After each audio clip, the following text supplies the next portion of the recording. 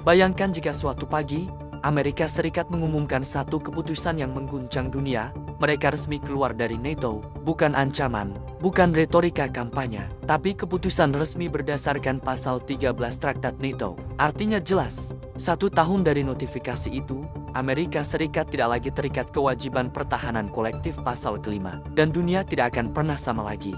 Hari pertama, retaknya fondasi 75 tahun. Sejak 1949, NATO adalah pilar keamanan Barat. Aliansi ini bertahan melewati Perang Dingin, krisis Balkan, hingga perang melawan teror pasca serangan 9 September. Ironisnya, satu-satunya negara yang pernah mengaktifkan pasal 5 pasca serangan 11 September adalah Amerika sendiri. Kini, negara yang paling diuntungkan oleh solidaritas itu justru memilih pergi.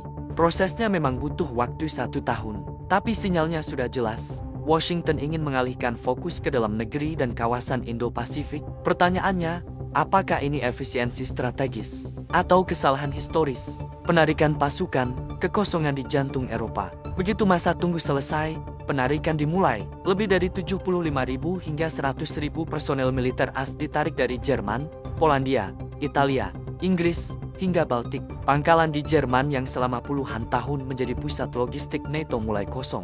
Pasukan di Estonia, Latvia, dan Lithuania, negara yang berbatasan langsung dengan Rusia, ditarik bertahap. Secara fisik, bangunan dan infrastruktur memang tertinggal. Namun yang hilang bukan beton dan landasan udara. Yang hilang adalah payung keamanan.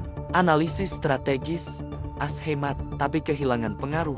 Secara anggaran, Amerika bisa menghemat sekitar 150–170 miliar dolar per tahun. Namun dibanding total anggaran pertahanan AS yang mendekati 800–900 miliar dolar, penghematan itu relatif kecil. Sebaliknya, yang dipertaruhkan jauh lebih besar.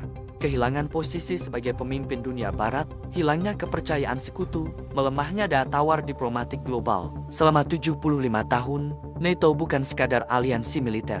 Ia adalah alat proyeksi kekuatan dan legitimasi kepemimpinan global Amerika. Keluar dari NATO berarti mengorbankan arsitektur pengaruh yang dibangun sejak Perang Dunia Kedua. Krisis nuklir, Eropa tanpa payung Amerika. Langkah paling mengkhawatirkan datang 2 minggu setelah penarikan dimulai.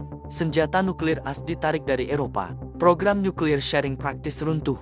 Eropa kini hanya mengandalkan sekitar 225 hulu ledak Inggris dan 290 milik Prancis. Bandingkan dengan Rusia yang memiliki sekitar 5.000–6.000 hulu ledak nuklir. Ketimpangan ini bukan hanya soal angka, tapi psikologi deterrence. Tanpa kehadiran nuklir AS, keseimbangan strategis Eropa goyah. Efek domino, Ukraina, Baltik, dan ruang kosong keamanan. Dalam skenario ini, dampaknya langsung terasa di Ukraina. Tanpa suplai senjata dan intelijen Amerika, kemampuan bertahan Kiev melemah drastis. Rusia melihat peluang. Bulan ke-6, serangan siber meningkat. Tahun pertama, Ukraina terpaksa menyerah. Tahun ketiga, Rusia menguji batas NATO Eropa dengan tekanan militer ke Baltik. Inilah bahaya kekosongan keamanan.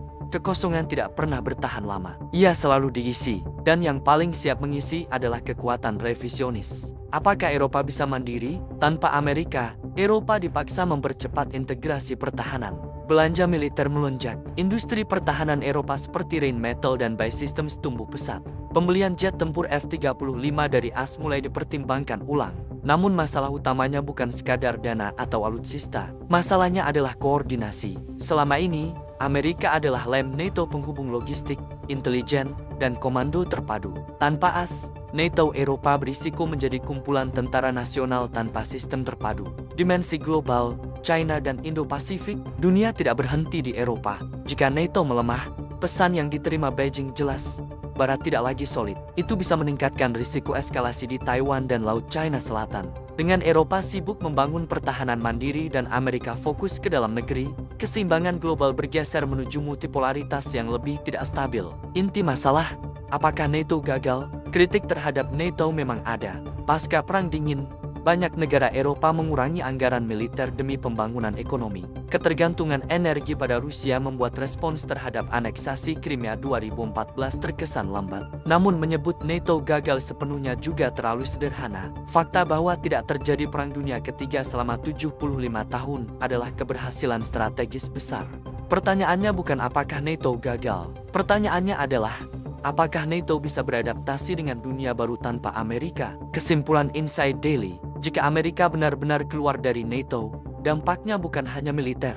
Itu akan menjadi momen paling menentukan dalam geopolitik abad ke-21. Eropa dipaksa mandiri, Rusia terdorong lebih agresif, China melihat peluang, Amerika kehilangan sebagian pengaruh globalnya. Aliansi yang dibangun untuk mencegah Perang Dunia Ketiga kini berada di persimpangan sejarah. Dan pertanyaannya sekarang bukan lagi, apakah NATO bisa bertahan tanpa Amerika? Tetapi, apakah dunia siap menghadapi tatanan keamanan baru yang jauh lebih rapuh?